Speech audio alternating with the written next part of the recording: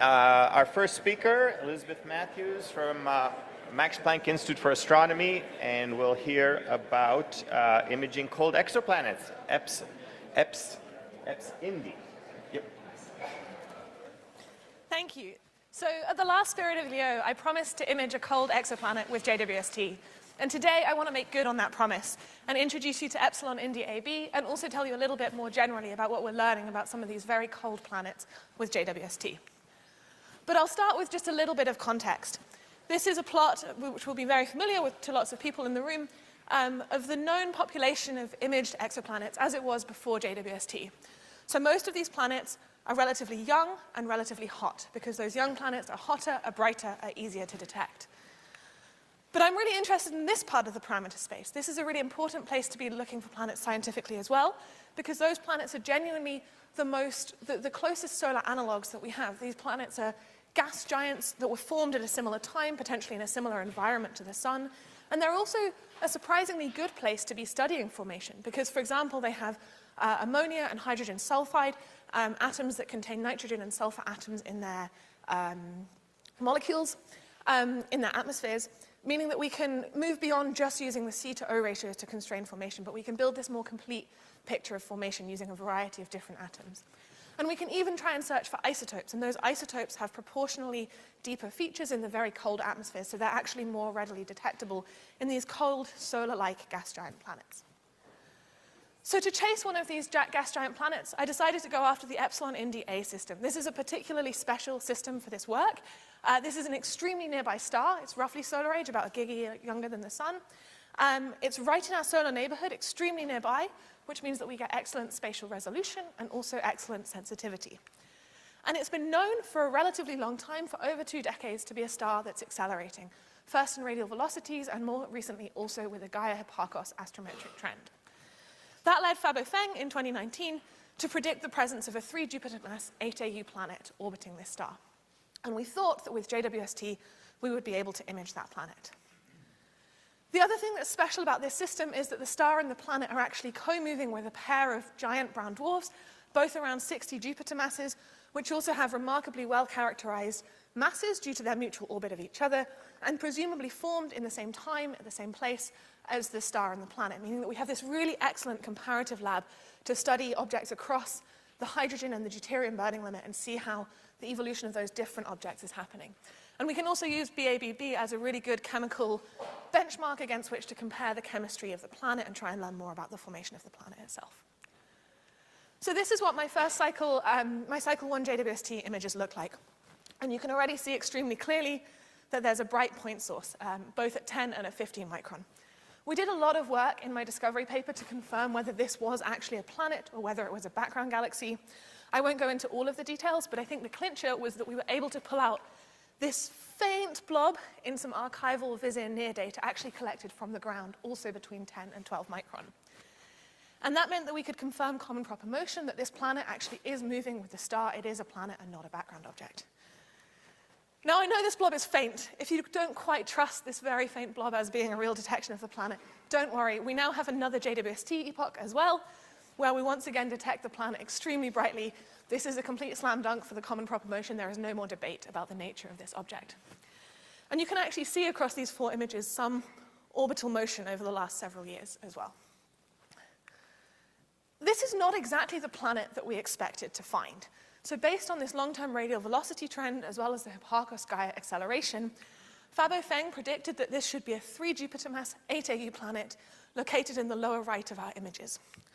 And what we saw was something based on its brightness that looked more like a 6 to 8 Jupiter mass planet in the upper left and at a projected separation of 15 AU. And this is really the first point that I want to make in this talk. So we do think that this is the only giant planet in the system. We can fit all of the radial velocity and all of that astrometric data consistently in a single orbit with the directly imaged source. But this was, of course, not exactly what was predicted.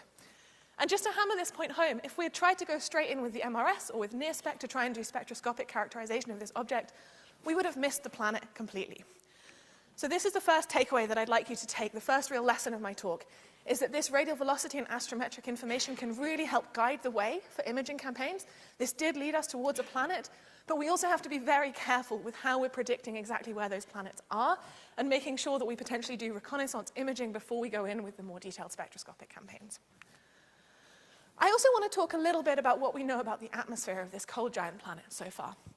So for this, I'll primarily focus on the 3 JWST observations with the 3 MIRI coronagraphs at 10, 11, and 15 micron, and also on the fact that the planet was not detected in an archival imaging campaign with the NARCO instrument at 4 microns from the ground in the LP filter. This specific reduction is from Marcus Bonce, but I think a lot of people, including several people in this room, have had a go at this data set, and there's no sign of the planet anywhere in this location where it should be detected. So let's put these various photometry and also this upper limit onto a color magnitude diagram. I'm showing you a color magnitude diagram here, so we have the magnitude, which is the proxy for temperature, and then I'm actually showing 3 different colors, and in particular on the left, I'm showing the 10 to 11 micron color, which is a proxy for the ammonia content of this atmosphere, because the 10 and 11 micron coronagraphic filters for MIRI were designed to be on and then off the ammonia absorption at 10 microns. On the right-hand side, I'm showing you the L prime, so the NARCO versus 1140 color, which is a proxy for the near versus mid-infrared energy balance of this object. So I'll start by populating this plot with a series of, I realize I didn't say, the models of flame skinner models that we just heard about before the break as well. Here I'm populating the plot with a handful of brown dwarfs and giant planets that have been imaged previously in these filters. For the brown dwarfs, we're using spectra and integrating into photometry, and then a handful of planets that have been imaged with the MIRI coronagraphs as well. And I'll now add on Eps Ind Ab, this bright magenta point at the bottom of the plot, as well as JWST, which is the coldest known brown dwarf at about 275 Kelvin, and is actually strikingly similar in brightness to Eps Ind Ab. And you can see already that these points are not exactly in agreement with the model. This is really just an out-of-the-box solar metallicity, solar carbon to oxygen, cloud-free model, which overpredicts the depth of the ammonia feature and underpredicts the L prime to 1140 color. So it overpredicts the amount of near-infrared flux and underpredicts that color balance for this between the 2 filters. This is particularly true actually for Eps Ind, which is, we know, redder than JWST in this pair of filters as well. So in my upcoming paper, we play with a series of different models to try and explain why we're seeing that shallow ammonia feature and also that very faint 4 micron flux. We played, for example, with metallicity. We've heard a little bit today already about how metallicity can alter that 4 micron flux. The difficulty with metallicity is that if you turn up the metallicity, you introduce more carbon monoxide, more carbon dioxide into the atmosphere, and you suppress the 4 micron flux. But you have to turn down the metallicity to reduce the amount of ammonia in the atmosphere and suppress that ammonia feature. So we can't simultaneously explain all of the photometry just by altering the metallicity of this atmosphere. We tried playing with specifically removing nitrogen from the atmosphere, and if you tweak everything just right, you can end up explaining all of the photometry, but this is rather contrived because we have to take really a lot of nitrogen out of the atmosphere and also increase the carbon to oxygen ratio. So we're really playing with all of these different atoms in the atmosphere in a way that is not very satisfying, I would say. Maybe the nitrogen is depleted through formation or through the formation of clouds, but it's a pretty contrived solution to the problem. A much more natural solution to the problem is that we used another set of flame skimmer models and we introduced water ice clouds into their atmospheres. And here I'm showing you with purple diamonds for 300, 275, or 250 Kelvin how the color evolves as we introduce water ice clouds of increasing thickness into that atmosphere. And you can see that those water ice clouds have the effect of suppressing the ammonia feature, of reducing that 10 to 11 micron color, and they also help to increase the 4 to 11 micron color as well. So they simultaneously make the ammonia feature bluer, and then also the LP to 1140 redder. So that actually can explain all of our photometry, and that's a pretty natural expectation for an atmosphere at this temperature that we would have water ice clouds in the atmosphere. Given how similar Eps Ind Ab and JWST, this cold brown dwarf, are, you might be starting to wonder whether this is a more universal trend. Oh, that's just the spectra, if you're interested to see these as spectra rather than as a CMD as well. You might start to wonder whether this is a more universal trend. And we don't yet have this same set of photometry, 4 and 10 and 11 microns, for any other extremely cold planets. The only other planet with an ammonia detection is GJ504b, which is a little bit warmer at about 500 Kelvin. But we are just beginning to fill out this parameter space and detect a couple of other cold planets as well. So in particular, William Balmer and Daniela Bardelez-Gagliuffi had this nice paper where they detected 14 Hz. So far, we only have 4-micron images of that planet, but the planet is fainter at 4 micron than evolutionary models would predict, which is indicative that perhaps we're once again seeing a much redder L prime to 1140 micron color than we might predict from those solar metallicity, solar carbon to oxygen ratio planets. TWA7 also has been detected at 11 micron by Anne-Marie Lagrange and then at 4 micron by Katie Krotz. And Katie shows in her paper that there's again this mismatch between the 4 micron and the 11 micron flux, which could be attributed to clouds in the atmosphere. This is still the very early stages of putting together this picture, but I think we're beginning to see a trend that these planets are consistently very faint between 3 to 5 micron. Eps Ind has this suppressed ammonia feature. I'd be very curious to see if that applies for the other cold planets as well. Perhaps this is due to the presence of water ice clouds in those atmospheres. So the second real lesson that I want you to take away from this talk is that these planets are faint between 3 to 5 micron, and we need to consider that when we're preparing observing campaigns with things like NIRCam and in future with METIS, and be very conservative with how long we spend staring at these systems. We don't exactly know why, but I think the water ice clouds hypothesis is a pretty compelling argument, and we should hopefully also continue to study that in more detail and see if we can confirm spectroscopically and photometrically exactly what's going on in these cold giant planets. And luckily, some of that work is already in progress. In particular, there's a lot more data to come from the Eps Ind system.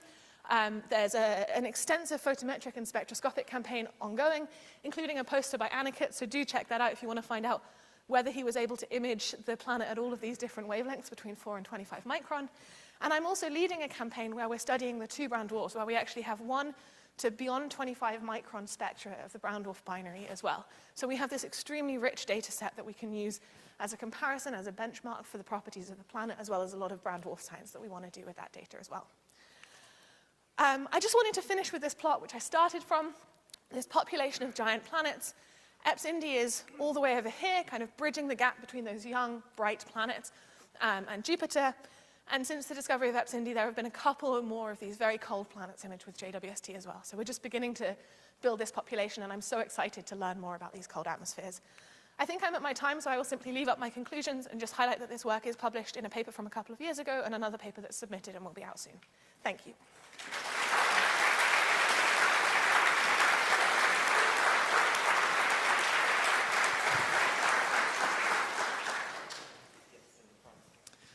What a great talk. Thank you so much. If you could go back a few slides, you had a slide right before your first lesson learned about how you would have missed the planet entirely. And I guess this is the first time I've heard of such, an orbit being so wrong. So Yeah. what went wrong here? Do you know? Great question. We've thought about this a lot. I think there's a few things. One part of it is that the orbit, you can see from the RV curve that this is not a complete orbit. And your priors, if you set up the orbit fit, kind of push you towards the minimum mass, minimum separation solution. I suspect there was some overfitting going on as well with things like the stellar jitter.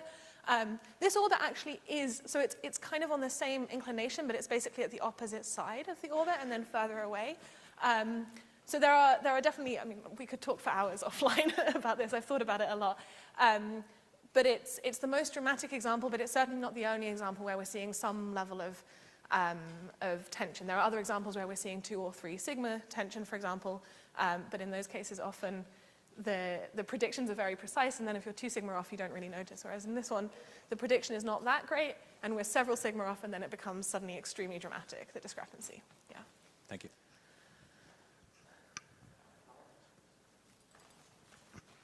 Thanks, Elisabeth. Do you have any further constraints on the orbit from the second epoch JWST observation? Yeah, we refit the orbit, and we actually changed a couple of things about how we handled the radial velocity as well. So my mass comes up a little bit. It's 7.1 or 2, I think. I don't remember the exact number. Still seems very consistent with a single planet solution. It seems to be really good, and we're really nailing down that mass now. It's probably just over 7 Jupiter masses.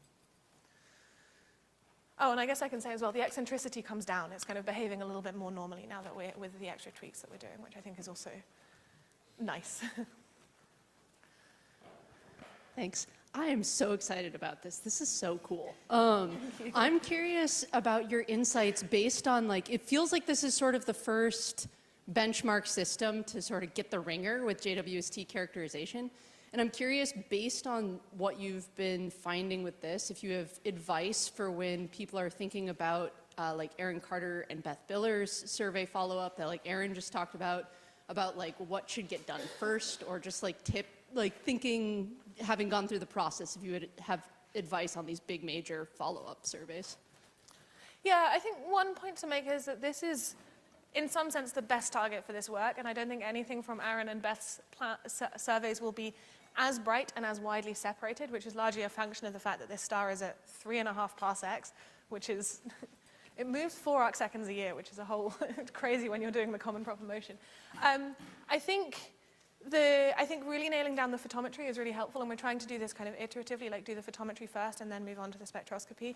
And I think it's important to highlight as well that even just placing these things on a CMD can already tell us a lot before we do that much more expensive, more detailed spectroscopic characterization. But the spectroscopy is also obviously extremely valuable.